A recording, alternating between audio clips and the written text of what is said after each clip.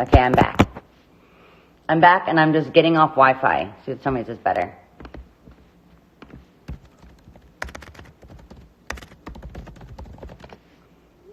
Okay.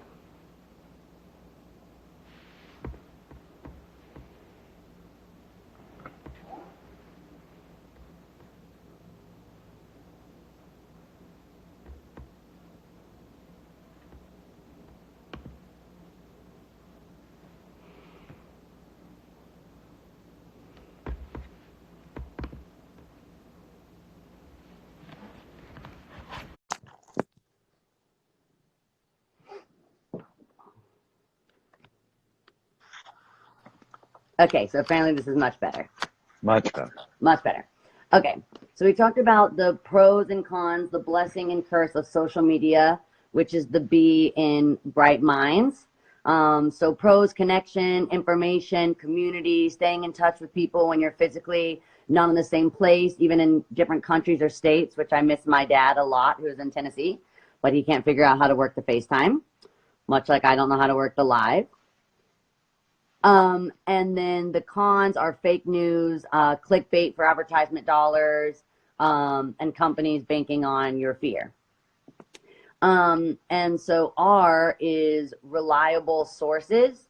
So my top source that I've been using right now to get clean, safe information is cdc.gov, which is official. And I also go through my friends at the Happy Hippie Foundation. Dr. Amen, where do you like to get your information? And what would you say are safe, reliable sources that you like to keep connected with? So I agree with you. I think cdc.gov is a great source. I also use Johns Hopkins and the Mayo Clinic.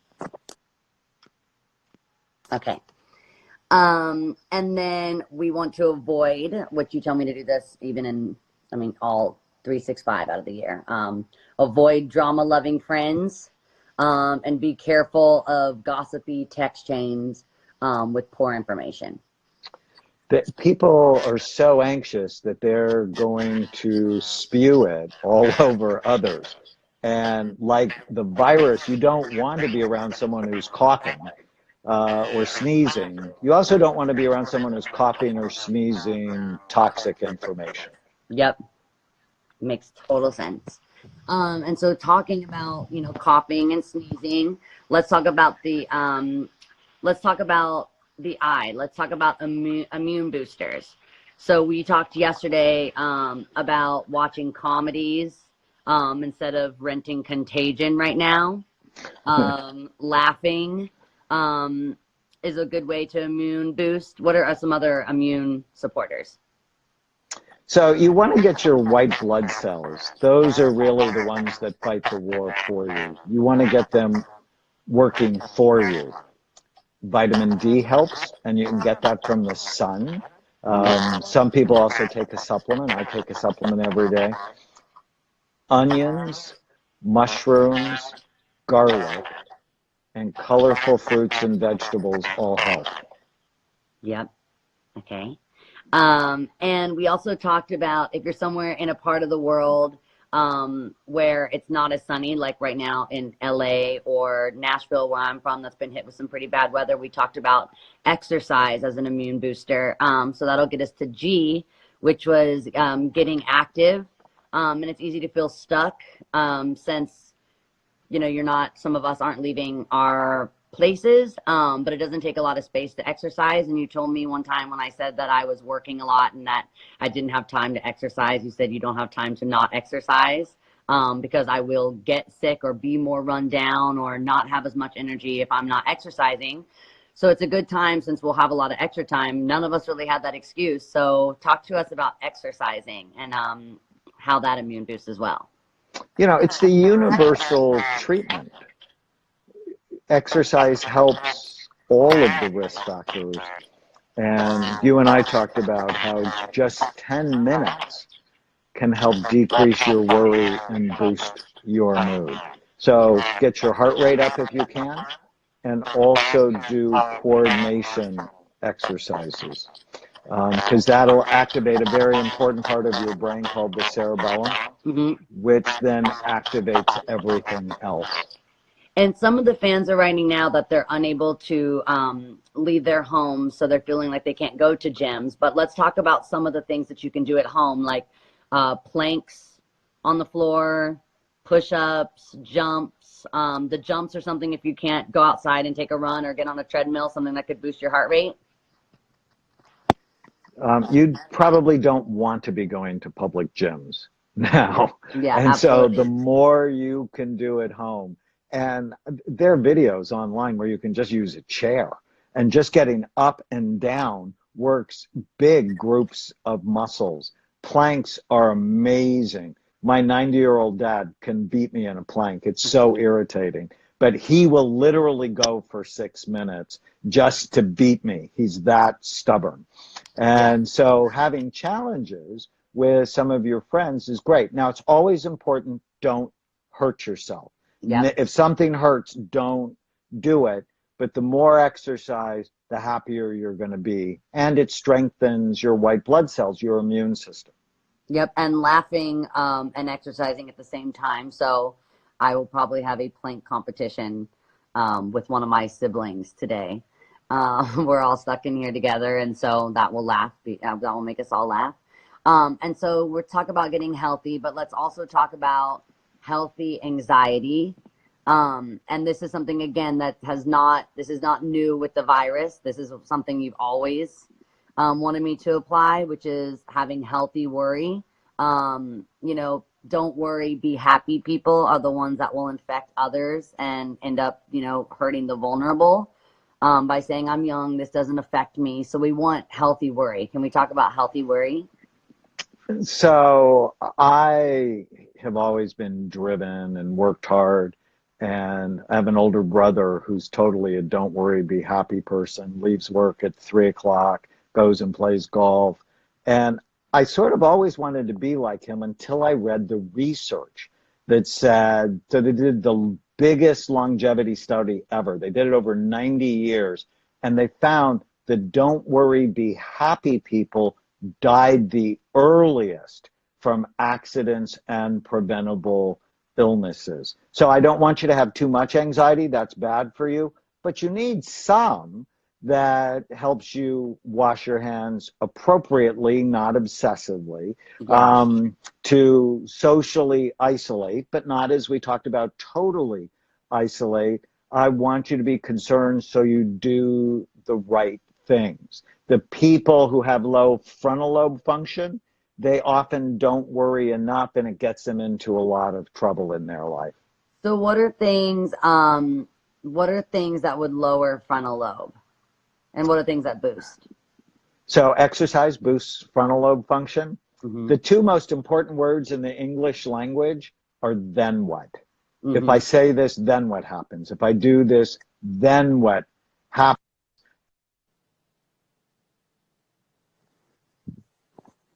It's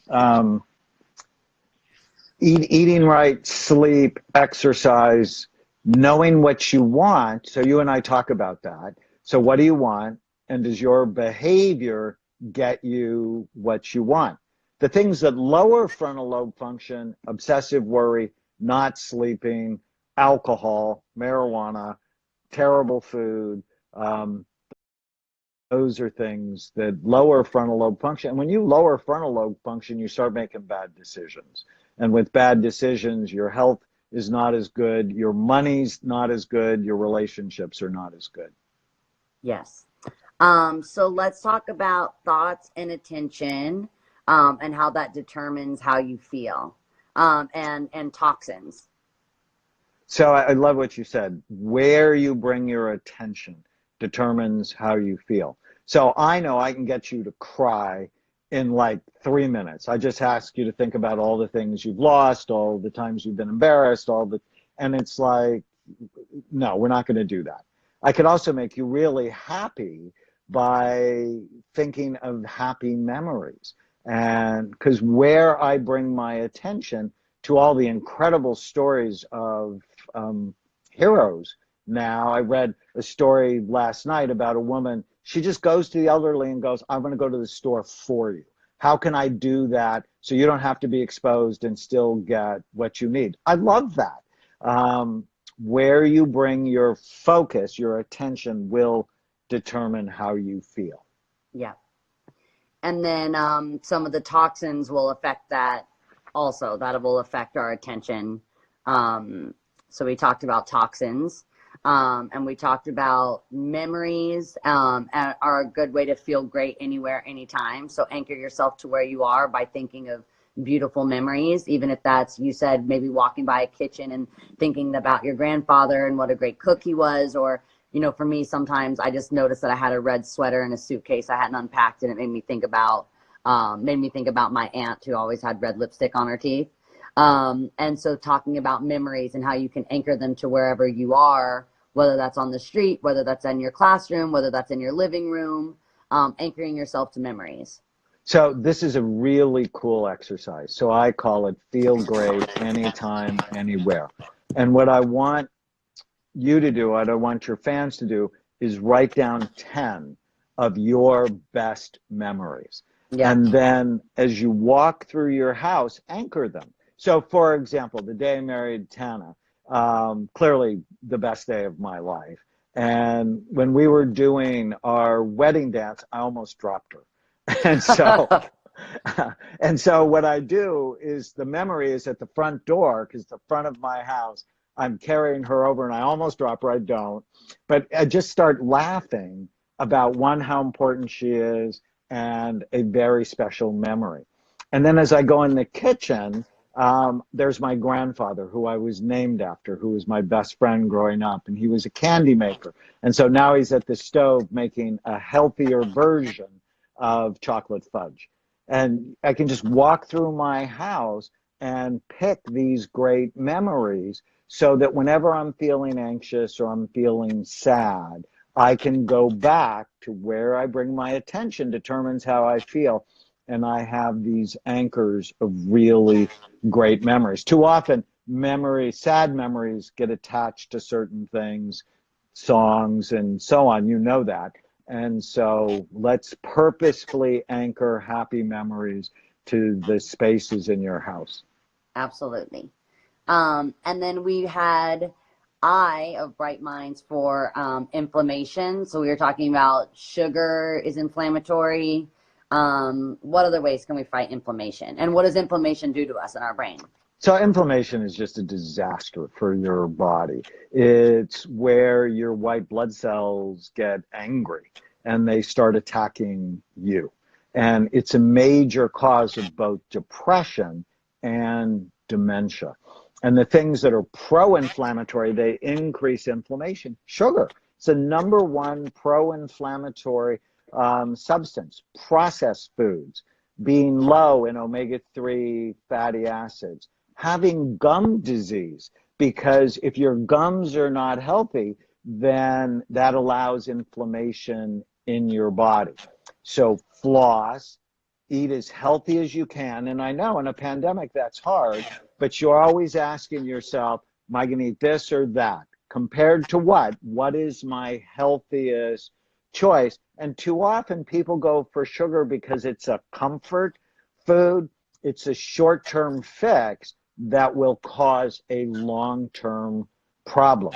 And then if you can, fish has healthy omega-3 fatty acids, as does avocados, green leafy vegetables, nuts, seeds. All of those things are brain healthy.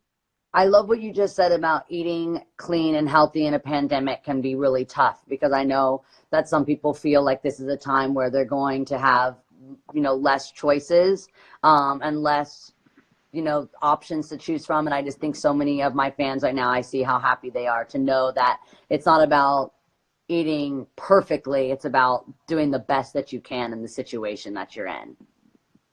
Right. And so just go compared to what? If I have these three choices, well, which one is healthy for me? And just one other point with inflammation is your gut health is so important to your brain health. And I'm sort of happy all the bars are closed, because alcohol is directly toxic to the healthy bugs in your gut. So I know, again, it's a short-term fix that, again, will cause a long-term problem. So less alcohol during this time is a smart thing to do so you can maintain your wits, but also the healthy bugs in your gut. Absolutely. And then, negative thoughts was in. So we were talking about the ants. This is an exercise that literally, I think, saved my life probably 10 years ago when I first started seeing you at 16 or 17. Ants were completely invading my brain, which are the automatic negative thoughts that I believed every single one that I would have. Every one that crawled into my skull, I believed every stupid thought. I gave myself physical symptoms of things that I didn't even have because I had convinced myself in anxiety that I was sick or that my mother was sick or what I would do if I was ever single. And there was just so many ants that I would die if I didn't have a boyfriend or be in a relationship. Obviously, that is not true. So let's talk about negative thoughts and how we can save ourselves from being eaten alive by the ants. So every time you have a thought, your brain releases chemicals. Every single time. Whenever you have an anxious thought, an angry thought, a hopeless or helpless thought, your brain releases chemicals and your body responds immediately, and it feels panic, terror, fear, and headaches and tension. Every time you have a happy thought, a hopeful thought, your brain releases chemicals that make you feel peaceful and better. Thoughts are automatic. They just happen, and they lie all the time. And I came up with the acronym ANTS, Automatic Negative Thoughts, many years ago because I just saw it in my patients is they were being assaulted by these little critters that link with each other, stack on top of each other, and then they attack you. Mm-hmm. And you do not have to believe every stupid thing you think. So here's the exercise to kill the ants. Whenever you feel sad or mad or nervous or out of control, write down what you're thinking and ask yourself, is it true? Can I absolutely know this is true? The world is ending. Everything's going to hell. Is that true? I actually went to the grocery store today. I went and saw my dentist today. No, the world is not ending. It's mostly the ants and they're driven by social media. They're driven by the news. They're what's jumping on us, ruining our immune system. Mm-hmm. So this one exercise, writing down what you think, and I don't know when you were a teenager to have an idea. When I was a teenager, I was really good at talking back to my parents, really good. But no one ever taught me to talk back to myself, to just not believe every stupid thing I think. And I have the sense you were good at talking back. And you want to have that sort of attitude with yourself. Yep. Absolutely. I was good at that. You've had many sessions with my mom on the opposite couch. And so D of Bright Minds, we're getting close to the end. Let's talk about dedicating 15 minutes a day minimum to learning something new, a new skill. And it doesn't take much, and what it does for blood flow. And for me, just learning something new does so much to feel hopeful. And it gives me, I know that I'm a smart, intelligent person that can learn new skills. And it just makes you feel really good about yourself. And I think all of us could use that just to feel good about ourselves. So what would you say about learning something new and what it does for our brain? So whenever you learn something new, your brain makes a new connection. And it actually grows stronger. This is why during this time of isolation, I don't want people just binge watching TV. That's not good for them. I want them learning an instrument, writing songs, reading, doing something that actively engages your mind. Because new learning happens in a part of the brain called the hippocampus, mm-hmm. which is Greek for seahorse. And the hippocampus is involved in memory, learning, and mood. So when you're learning new things, you're strengthening your brain, but you're also improving your mood. And so just 15 minutes a day, in a year, you'll be an expert at that. In 5 years, you'll be a national expert. So pick something you love that's not going to scare the socks off you. And you know how much I love animals. So Dr. Amen used that I was a seahorse murderer to make me stop smoking weed. You're killing all the seahorses. You don't love animals?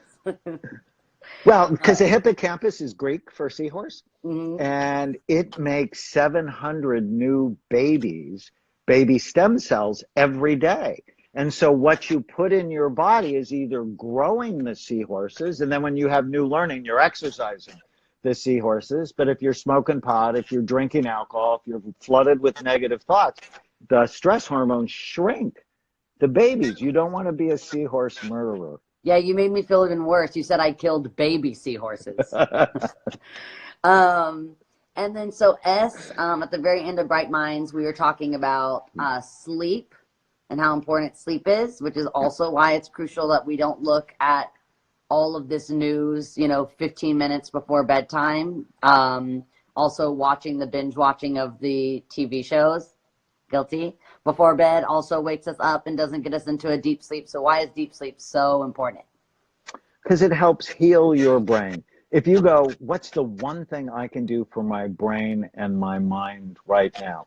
It's focus on getting 7.5 to 9 hours of sleep every day. This is what's going to help your immune system. When we sleep, the brain cleans and washes itself. Hmm. It helps to consolidate all the things you learn during the day. It sets your mood up to be better. And so light in the morning, even blue light from gadgets is fine, but after dark, you want to get them out of your eyes because they turn off the production of melatonin that helps you sleep. You also want to be really careful with caffeine because caffeine, especially afternoon, is Yep. going to start messing with your sleep. And a lot of people watching may be using alcohol at night to sleep. And yes, that may put you to sleep, but it damages REM sleep, which is dreaming sleep, which is not good because that's where it helps you with creativity and so on.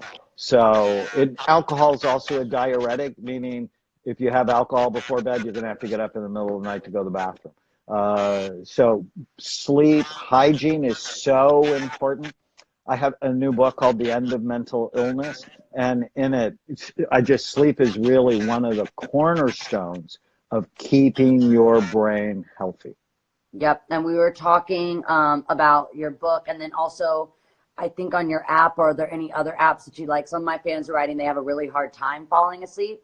Are there apps or any exercises you can do that can help quiet the mind? Oh, I love our app. It's called Brain Fit Life, mybrainfitlife.com. And on it is a hypnosis audio that I make for sleep. It's the most popular part of the app. But there's also music that's scientifically designed to help people sleep. Music, meditation, hypnosis can be just so powerful. And with sleep, actually, with all of these habits, you want to avoid things that hurt it. So bright light at night, chronic worries, not getting rid of the ants, alcohol, caffeine, avoid things that hurt it, and then do things that help it. And a dark room, a quiet room, unless you have music that puts you to sleep, don't fall asleep with the television on. Make it a little bit cooler. The brain likes that when it goes to sleep. And if you find you have these repetitive worries, have a little journal by your bed and write down what's looping in your head and Yep. write down what you can do about it and what you can't do about it. You always want to stay focused on what you can do. But I find when you write it out, it stops looping because you got it out of your head and onto paper. I And like then, that. I like the idea of what you can't do also, because for someone that kind of struggles sometimes with control, and when things are out of my control, it gives me a lot of anxiety and fear. And I think that it's really a nice thought that we can write down what we can do about it, but things that we can't, as well. And just learning how to have that acceptance, because right now we have to kind of accept that we don't have all the answers, that it's all unfolding every day and we're all learning and it's uniting us because we're all getting the information at the same time. But knowing that this isn't something that one of us can take care of, but if each of us do our part to not spread disease and to protect the vulnerable, then we can actually make a really big difference. So it just gives us a lot of optimism to know that one person can't change everything, but they can in a way, because it takes 1 plus 1 plus 1 plus 1. And all of my fans and, you know, our trendsetters, they're the coolest kids on the planet. And so I know that by us having this conversation, and then by them knowing how cool it is to take care of one another, and protecting the vulnerable populations with lower immune system or the elderly. There are things we can't do, but there are definitely things that we can. Well, and you want to be the model. Here at Amen Clinics, our core value is authenticity. So what does that mean? We live the message. That people go, well, how do I change my wife? Or how do I change my boyfriend? Is you live these Bright Minds principles. And when you live it, you feel better, and other people are going to want what you have. We talked about brain envy. Brain envy. Yes, Freud was wrong. He was about 2.5 feet too low.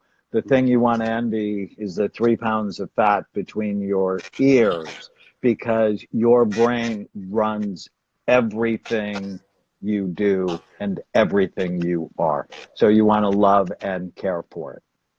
And then so the S that I added was share, because, you know, we talked this morning, actually. Talk to me about how sharing this information is so important.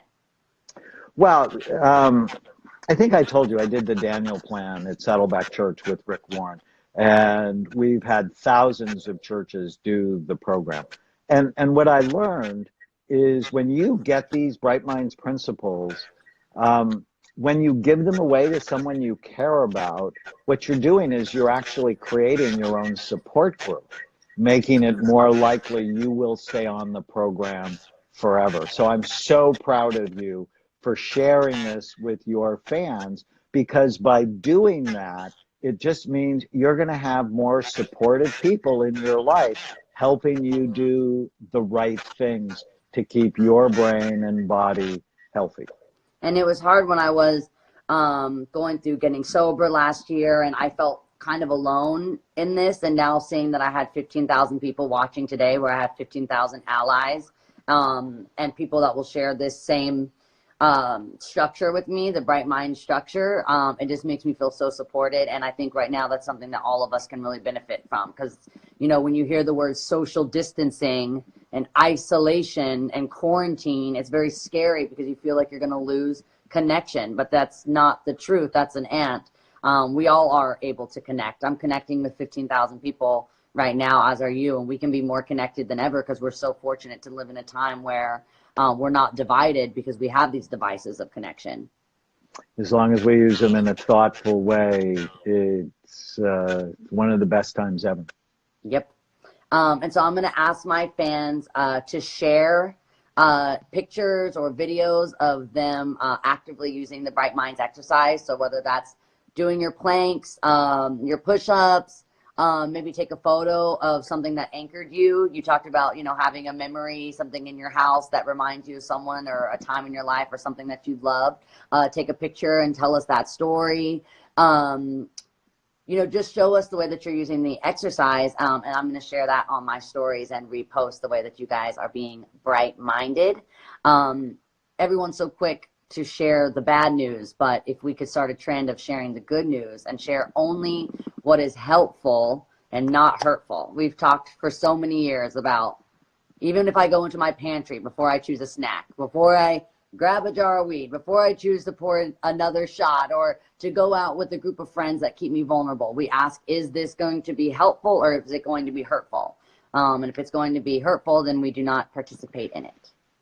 And it's all about love, right? I mean, the one tiny habit that just is the most important thing to do today is, whenever you're going to do something, ask yourself, is this good for my brain or bad for it? And if you can answer that question with information and love, you love yourself, you love your partner, you love your children, you love your family. You make the right decision. So it's never about deprivation. Oh, I can't do this, I can't do that. That's a 4-year-old's attitude. It's doing the right thing to keep you healthy and happy. That's about love.